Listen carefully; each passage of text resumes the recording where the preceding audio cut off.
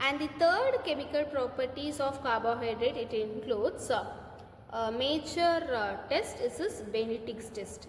So Benedict's test is one of the tests which is used to perform whether our urine has reducing sugar or not, whether our sample has reducing sugars or not.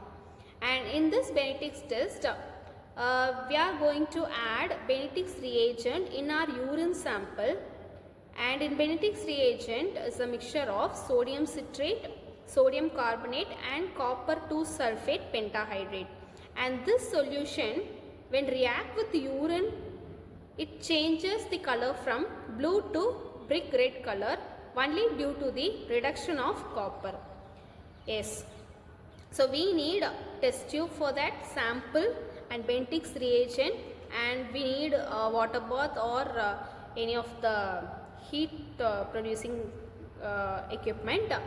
And when the Benedict's test heated with the reducing sugar of our urine, the reagent changes color from blue to brick red color due to the reduction reaction, and this forms the copper 1 oxide precipitate, and it forms the copper 1 oxide precipitate in the form of brick red color. So you could see the test tube color of four things.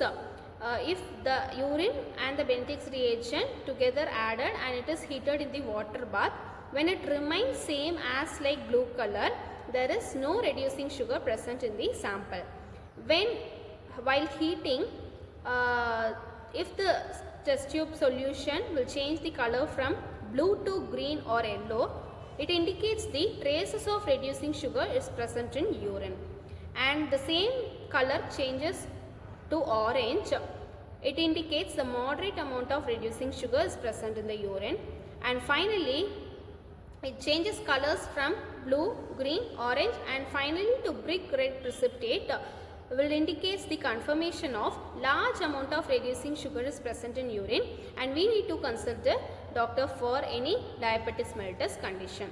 And this is the one of the major qualitative tests for identifying the reducing sugar is present in urine or not.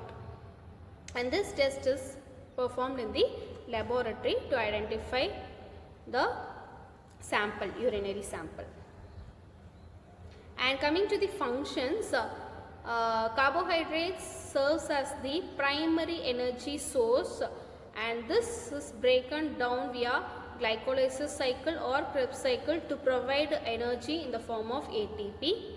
And this carbohydrates, again glucose, it is stored as glycogen in animals as well as in humans when in excessive. Excess amount of glucose will get settled in the liver and muscle of our human body as glycogen. At the absence of glucose, this glycogen again it is converted back into glucose and gives us the body energy. And it is mainly involved in the structural components of plants, bacteria in the form of cell wall, and in the bacteria it is in the form of peptidoglycan layer.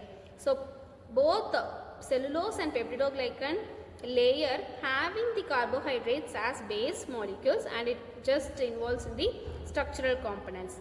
And it is also mainly forms the DNA RNA framework and in connective tissue. So both the deoxyribonucleic acid and ribonucleic acid, it contains the sugar and phosphate group as the backbone of the genetic material, and also it just modulates the immune system for the respective immunity function.